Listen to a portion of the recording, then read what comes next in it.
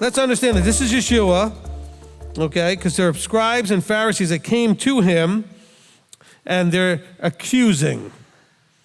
And this is the relationship that he had with the leadership at the time, as they would like to come and accuse him. And the point of their accusations was to discredit him so that they could be rid of him as a thorn in their side with what he was teaching. They didn't like what he was teaching. The easiest way to get rid of a teacher was to discredit them. You know, I take a sort of warped pleasure every now and then when I visit someone's house and I'm there for a meal, and as the food comes out, I reach out and quickly grab something to put in my mouth before they pray. And watch the children go, oh, because they know if they did that, they get smacked. And then I'll look at the parents who are like, I'm like, I caught you. Have you turned this tradition into Torah? Let's be careful. There's no commandment that says you have to pray before you eat. It's a good tradition, though. What was it that the Pharisees and scribes, the Jewish community, had done? They had taken and elevated a tradition to the level of being Torah, to the point where it even nullified an actual commandment of Torah. So that's what he's pointing to Isaiah about here. This is not a evisceration, an attack on all man-made traditions. It's not an attack on all Talmudic things. It's not even an attack on the washing of hands before eating bread. What would be the problem? Would you think it would be any challenge to wreck the whole ministry if he was telling the students that they could eat whatever they wanted? That ministry would have ended immediately. The case closed, game over. So when he says it's not that which goes in that defiles men, but that which comes out, he's talking about eating the bread with or without washed hands a certain way. He's not talking about eating pork. Okay, it's more of a clear issue in Mark 7, but the same thing here.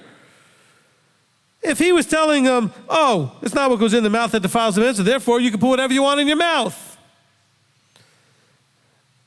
How quick was that ministry about to be over? Stumble doesn't mean that, okay, you tripped over it and you're confused in some way. It means that you decided, I'm not going there.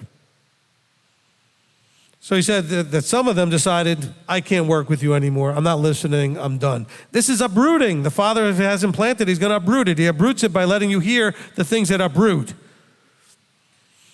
And you're going to see people that you know in this ministry, other ministries, whatever, that you have known over the years, they're going to seem like they're headed towards Torah observance, and then they're going to hear something, or they're going to learn something, or something's going to come up, and they're going to stumble. That's the Father uprooting that which he had not planted. Let's be clear about something, because there's a lot of teaching out there, and I want to just be clear about this thing with discipleship. Okay? You listening to a teaching is not discipleship. Yeshua didn't disciple everybody that sat on the mountain and heard him give the beatitude speech. He didn't disciple everyone when he gave out the fishes and the loaves. He discipled in a relational way the 12. Discipleship is not just student. We are completely unstructured. We're afraid of building structure. As a matter of fact, there are whole groups of Messianics that say, we don't want denomination, we don't want structure, because that's what caused all our problems in the first place. No, bad structure is what caused all your problems in the first place. Structure wasn't the problem. The people doing it were the problem. That was the blind leading the blind. A phone call I actually had maybe in 1999, 2000, I guess 2000, with a lady that was part of our congregation back then, who we were discussing and debating over what happens when you die, Millennium and Kingdom Part 4. And actually back then it was only 2 parts, and it was a teaching I'd already done. And we're debating over this because she's still locked into this Christian mindset. And she says to me on the phone, remember this goes back to what I'm talking about right here about this wisdom of man, etc. And that wisdom. She goes, so what you're trying to tell me then is that all of these church fathers and all these wise men for the last 2,000 years are wrong and you're right. And I said, yes. He doesn't understand. He doesn't understand what it means to be me. By the way, that's part of why Yeshua shows up, puts on the flesh suit, so that we have no argument as to whether or not he understands. Because that was something that was going on apparently in the days of Isaiah. Well, he doesn't understand. He's not flesh. He doesn't deal with all this flesh stuff we have to deal with and suffering and pain. Well, he did. And let me tell you something, and I said this to some people that were just sort of more atheistic, etc. I said, you know what? You live your life your way, I'll live mine my way. And you know what? Let's say it turns out that all of this stuff is nothing. I will have been a lot happier than you. Because I would not have lived in the fear you live in. I wouldn't have lived in the panic you lived in. I would not have lived in the hopelessness that you lived in.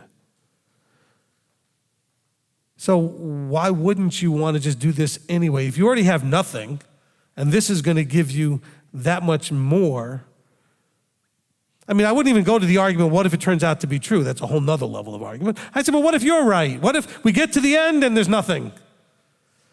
I would have had less anxiety, less fear, less depression, less misery, no suicidal thoughts, because I have a hope.